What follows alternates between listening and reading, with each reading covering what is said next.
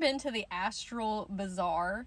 Not like kooky, silly goose, but a bazaar where you can go and shop for different wares, but in the astral plane. Well, if you haven't, stick around because I'm going to share a spiritual gift that I found within my client's Akashic records in case it unlocks and activates something for you as well.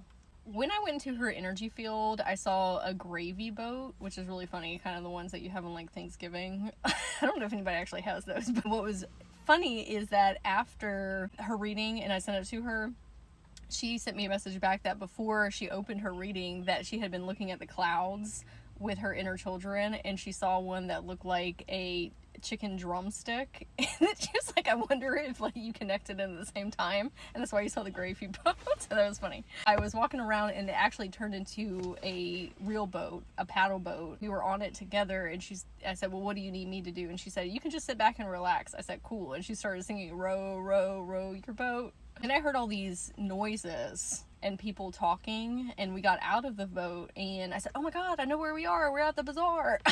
And I have been there several times in my astral travels, in my dreamscape. I have been there, and my friend Kimberly, and now my client, and it is what you would think of like a big city, a big meeting place, like Atlanta or New York City or LA, somewhere that's very populated, where surrounding smaller cities people come to in order to have like access to more things or to meet more people or to experience more cultural diversity. There's classes that are taught there. People sell things. You can hire people to do certain things, like tons of different activities. If you've ever seen the movie Aladdin, it's kind of like the bazaar that they have there, where everybody's selling different things. Is where he first meets Jasmine. Then her energy body told me that she has a stand there that she runs along with 2 other different incarnations, and she said that they call themselves the sisters. They're not really sisters, they're different incarnations, but for the context it's just easier if they call themselves sisters, and they each have their own stand that sit next to one another. So one here, one here, one here. I was telling her that 3 is a really powerful number, and she has a lot of Greek energy about her in her DNA. 3 in Greek mythology, Cerberus is the 3-headed dog. You have Hecate, which she is a goddess who in the morning is a young girl, and in the midday she turns into a young woman, and then in the evening she turns into an older woman, or what's known as a crone. And then you have the 3 Moirae, or they're called the Fates, and they're in the movie Hercules, and they preside over the length of people's lives. I also started her reading at 333, which I thought was really interesting when all that started to come up. I asked why she hadn't known about the 3 sisters yet, and she said it just wasn't time. One of the cool things that they can do is put all of their hands together and transfer information between all of them without even having to say anything, but share all of their memories and travels through the astral and the ethers, all of their thoughts, like a complete transference. All 3 of the sisters have different abilities. One of them presides over wishes, so she is able to tell what people's deepest desires are and how is the best way to go about attaining them.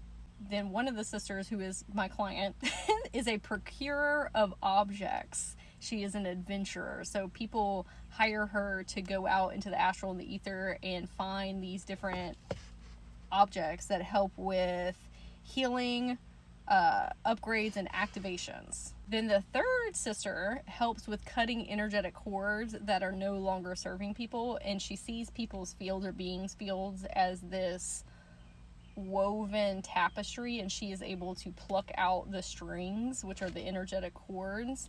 And she does this with memories, trauma, obsessions, relationships, behavioral patterns, thought patterns, or limiting beliefs. I said, lucky you, you're getting 3 mentors today.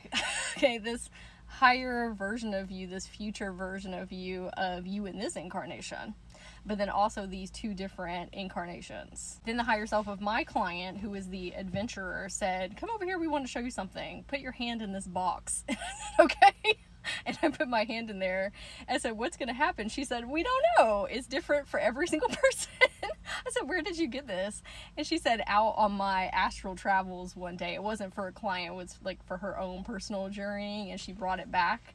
And they would, or people would pay them to get something out of the box. So I put my hand in there, and then all of a sudden I went into my own brain, and there was this almost like a windshield wiper, but it was like this metal device that was scooping like the inside of my brain.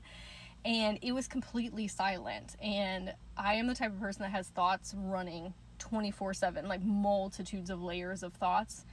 It was so incredibly peaceful and quiet, just so serene.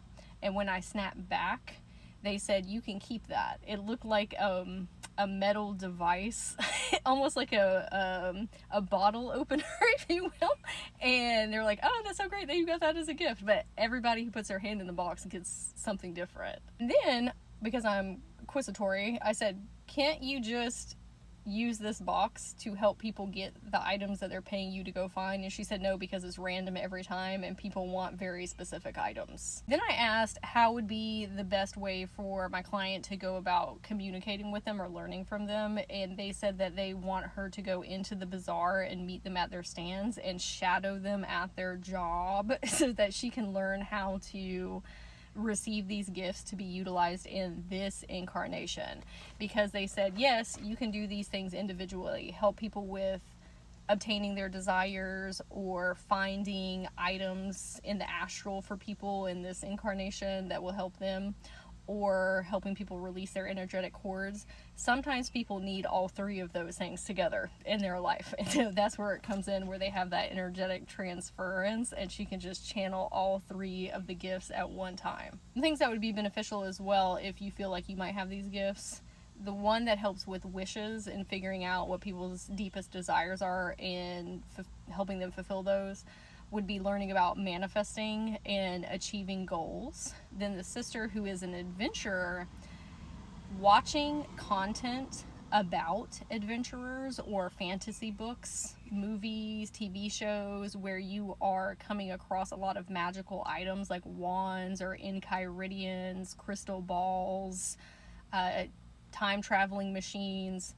Even though the items are going to be different than those, when you find them, it helps open up your conscientious awareness so that it's easier to perceive those objects when you come across them, because some of them have similar energetics. So that's fun. Like, hey, let's just go watch some fantasy movies with magical items, and then that will help me with that gift.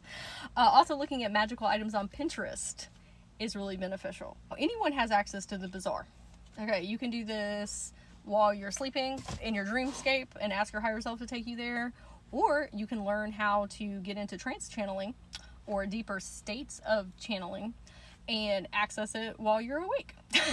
And you can go there to meet different cosmic beings or request services and pay or barter them to do that. You can take community classes. There's lots of things that you can do at the Bazaar. It's a super fun place. So I would love to hear if this unlocked something and activated for you, and I hope you have a super magical day.